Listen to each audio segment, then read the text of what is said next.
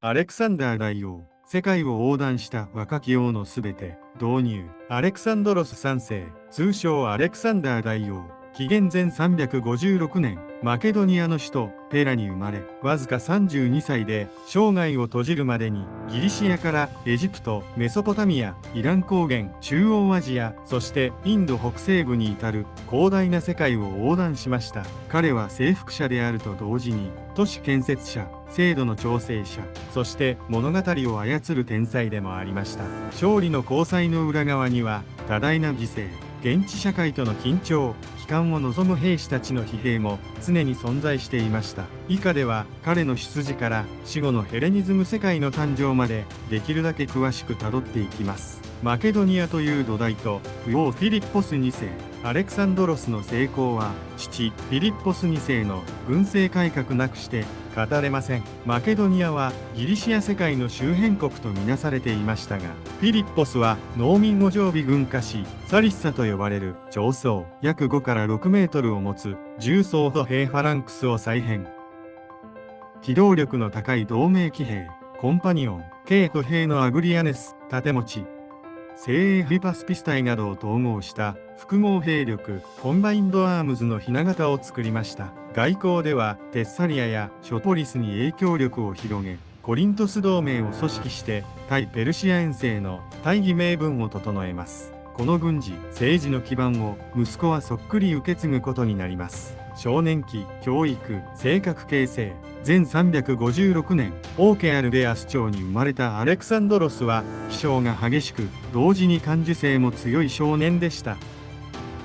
アリストテレスが家庭教師に招かれ、倫理学、政治学、生物学、詩歌、地理など幅広い教育を施します。英雄アキレウスに傾倒し、母オリュンピアスからは神話的血統をほのめかされ、自分は何か大いなる使命を帯びているという自己像を早くから育てました。ブケパラスという暴れ馬を乗りこなした逸話は、彼の胆力と観察眼を象徴します。王位継承と国内の安定化。前336年、フィリッポス2世が暗殺され、20歳のアレクサンドロスが即位。周辺諸族、イリュリア、トラキアやギリシア諸都市の離反の兆しに、若き王は迅速に対応します。テーバイの反乱には苛烈な制裁を加え、城を破壊してダト市に見せしめとしました。住民の多くはダト市へ売却、移送。この苛烈さは後の慣用策と並び、恩賞と処罰の使い分けという彼の統治スタイルの原型となります。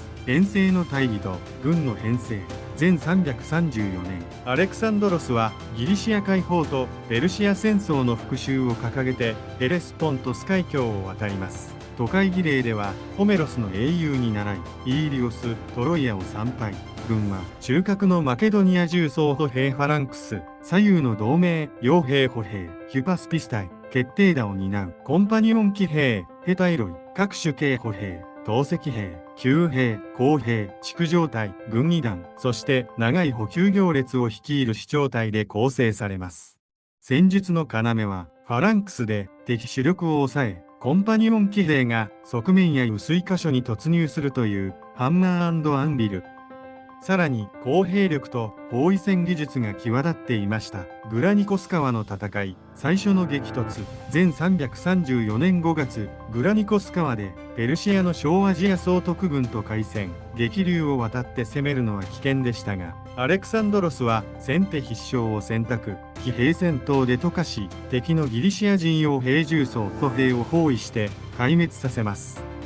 初戦の勝利で小アジア西岸のギリシア都市は次々と下りました。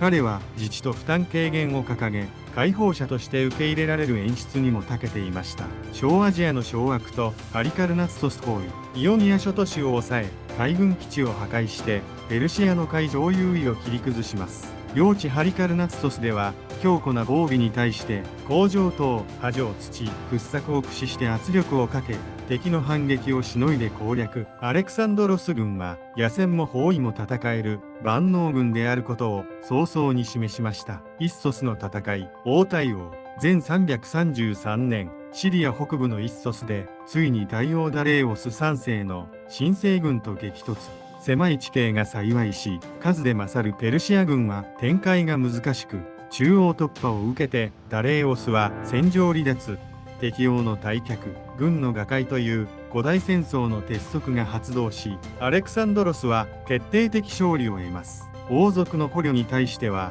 礼を尽くしたことが広く伝わり、気高い征服者というイメージ醸成にも成功しました。ティルス包囲、海に橋を築く。しかしフェニキアのティルスは海上の島ジロ。アレクサンドロスは本土から海中に大包み毛を築き、工場島を海に押し出すという離れ技に挑みます。ペルシア艦隊の妨害や嵐で何度も被害を受けながら工事を継続し、数ヶ月の末に城壁を破って突入。ここでは犯行の大きさに比例して苛烈な処置が取られ、多数の住民が処刑、奴隷化されました。威圧で海上都市網を一掃し、地中海東岸の制海権を奪う目的は達成されます。ガザ、そしてエジプトへ、新タクト、新都、アレクサンドリア、パレスチナ要衝、ガザも堅城でしたが、ドルイ築造と工場島で攻略。エジプト入りしたアレクサンドロスは、反ペルシア感情の強い現地で解放者として歓迎されます。ナイル河口にアレクサンドリアを建設。全331直行する街路、港湾、文化交流の拠点として設計され、後の学術都市へ発展します。さらにシワオアシスのアモン神宅で神の子を暗示され、王権の神聖性を演出しました。ガウガメラの戦い、帝国の命運をかけて。全331年、メソポタミア北部がウガメラで再びダレーオスと開戦。ペルシア側は大平原を整地し、鎌戦車と象、膨大な騎兵を揃えます。アレクサンドロスは右へ斜め前進して敵を引き伸ばし、中央に空撃が生まれた瞬間にコンパニオン騎兵で一点突破。ダレーオスはまたも退却、軍は瓦解しました。これが帝国の命運を決める決定的開戦となります。バビロンスサペルセポリス、宝庫と象徴。勝利後、バビロンとスサの宝物庫はほぼ無傷で手に入り、巨額の戦利財は兵士への賞与と軍の再編、都市建設に回されます。ことペルセポリスでは王宮軍が焼き討ちに遭います。偶発的な主演の過ちとする説、征服の象徴的儀礼とする説があり、いずれにせよアケメネス朝の時代は終わったという強烈なメッセージでした。ダレーオスの最後と王の継承。ダレーオスはルカベッソスにより捕獲、殺害され、アレクサンドロスは彼の葬儀を丁重に営み、正当な継承者としてペルシア的王権も引き受けていきます。ベッソスはバクトリア中央アジアで抵抗を続け、ここから遠征は遊牧、山岳地帯のゲリラ戦へと質を変えます。バクトリア・ソグディアナ、過酷な戦いと現地統合。中央アジアでは指導者スピタメネスらが機動戦で粘り、アレクサンドロス軍は駐屯地を叩かれる痛手も負います。これに対し王は補給線の整備、駐屯都市の連鎖建設、混成部隊の編成で対抗。現地貴族の娘ロクサネと結婚して融和の姿勢も示します。ここで彼はペルシア風の服装や儀礼、プロスキュネーシスを導入し始め、マケドニアの王から諸民族の王へと自己像を拡張。だがこれがマケドニア人将兵の反発を招き、後の不協和の火種になります。行政、財政、貨幣、都市。アレクサンドロスは各地にアレクサンドリアやニカイアなどの都市を建設、再編し、退役兵、商人、地元住民を入植させました。都市は徴税、兵隊、司法、通商の拠点であり、ギリシア語、コイメを共通語化することで広域経済圏を形成。貨幣はヘラクレス像とゼウス像を刻んだテトラドラクマが大量に鋳造され、兵の給料と市場流通を支えました。ペルシアのサトラピー、州は基本維持しつつ、財務官を設置して軍事権と財政権の分離で監視を強化。王の道など既存インフラは修復して通信の迅速化に用いました。インド遠征、ヒュダスペスの戦い。全327年、インダス流域へ険しい渓谷の要塞アオルノスを攻略し、全326年、ヒュダスペス川でポロス王と開戦。戦像を含むインド軍に対し、夜間の迂回とかで奇襲、矢と投石で象の突撃を遅らせ、左右の騎兵で包囲し、重装歩兵で押し込むという周到な複合戦術で勝利します。敗将ポロスを寛大に遇し、勇者を尊ぶ王として名声を得ました。キュファシスでの反乱と帰路の悲劇。しかし兵士たちは調整に疲れ、キュファシスベアス川で帰還を要求。アレクサンドロスは祈りの末に引き返す決断を下し、インダス川を下って艦隊を編成。提督ネアルコスに海路調査を命じ、自身は内陸のケドロシア砂漠を横断します。これは遠征中最大級の惨事で、多くの兵や従者を失いました。王は先走って無茶をした将校を処罰しつつ、粛清一辺倒にならないよう恩賞も与え、かろうじて軍の統率を保ちます。バビロン帰還と大計画。全324から323年、バビロン帰還。アラビア遠征、地中海とインダスを結ぶ運河路、混成軍の大規模編成、アジア各地の道路、港湾整備など壮大なプロジェクトを構想します。スーサの合同結婚式では、マケドニア人将校とペルシア貴族の娘たちを集団婚させ、民族統合を儀礼化。ところが同年、最愛の友ヘファイスティオンが病没。王は深く嘆き、葬儀は王者にふさわしい規模で執り行われました。突然の死。全323年6月、アレクサンドロスはバビロンで病に倒れ、短期間の高熱の後に皇居、毒殺説もありますが、資料の多くは高熱と衰弱、マラリア、腸チフスなどを示唆し、暗殺の確証はありません。後継者の氏名は曖昧で、妃ロクサネの腹に子、後のアレクサンドロス4世がいましたが、実権は重臣たちに移ります。ディエドコイ、後継者たちの時代と帝国の分解、王の死後、ディエドコイ戦争が勃発。将軍プトレマイオスはエジプトを、セレウコスはメソポタミアからイラン高原を、アンティゴノスとデメトリオスは小アジアやギリシアに影響力を持ち、最終的にプトレマイオス朝、セレウコス朝、アンティゴノス朝、マケドニアという大枠に再編されます。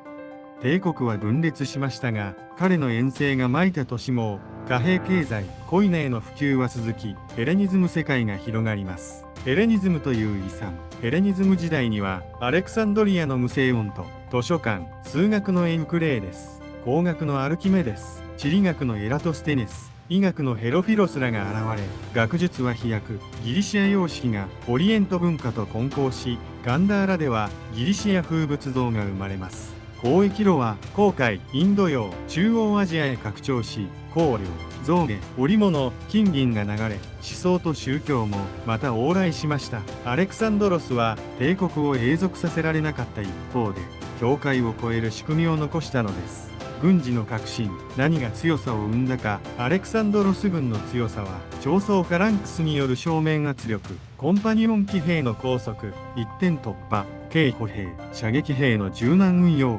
工兵、工場兵器の常設化、情報、地形判断、先手を重視する指揮、兵隊の分散と電池調達の公設にありました。王はしばしば戦闘に立って突入し、視覚的勝利を兵へ示すことで士気を維持。しかし、この勇敢さは常にリスクを伴い、実際に何度も重傷を負っています。支配というは光と影。アレクサンドロスは寛容と威圧を使い分けました。即降伏した都市には自治や神殿修復を認め、反抗すれば苛烈な制裁、ペルシア貴族の登用、異民族部隊の編成、合同結婚などは統合の試みでしたが、マケドニア人の誇りとしばしば衝突し、オピスの反乱のように軍の不満が噴出します。また、ティルスやガザでの初段、ゲドロシア横断の無理、ペルセポリス焼却など、過剰さが残した負の遺産も小さくありません。人物像の革新。アレクサンドロスは野心と想像力、演出力と即断の人でした。英雄譚を自ら演じ、信託や儀礼を政治資源に変換し、地図の白地を前にその先へ行くことに魅せられた。だが、帝国の持続可能性、後継体制、兵の疲弊への配慮は十分ではなかった。世界をつないだが、統治の教科書は残さなかった。それが彼の最大の矛盾かもしれません。まとめ、アレクサンドロスは国境と文化の壁を力と制度で越えていく第一級のグローバルアクターでした。都市と貨幣、言語と教育のネットワークが彼の死後も世界を動かし続け、やがてローマ、さらにはイスラームと中世ユーラシアの通称路へと受け継がれていきます。短い生涯は鮮烈でした。栄光と悲劇を同時に抱えた若き王の足跡は、拡大と統合の間で揺れる人間の宿命そのものを映し出しています。あなたは彼を征服者として見るでしょうか、それとも世界を接続した起点として評価するでしょうか。早見年表。全356マケドニアの寺に生誕。全336不要暗殺。即位反乱鎮圧。全334ヘレスポントスとかグラニコス勝利。全333イッソス勝利。全332ティルスガザ攻略。エジプト入場。全331ガウガメラ決戦。バビロン、スサ入場。ペルセポリス焼却。全330ダレーオス三世史。中央アジア戦へ。全327から326インド遠征。ヒュダステス勝利。全326ヒュファシスで帰還決定。全325ゲドロシア砂漠横断の惨事。ネアルコス公開。全323バビロンで崩御32歳。チャンネル登録、高評価お願いします。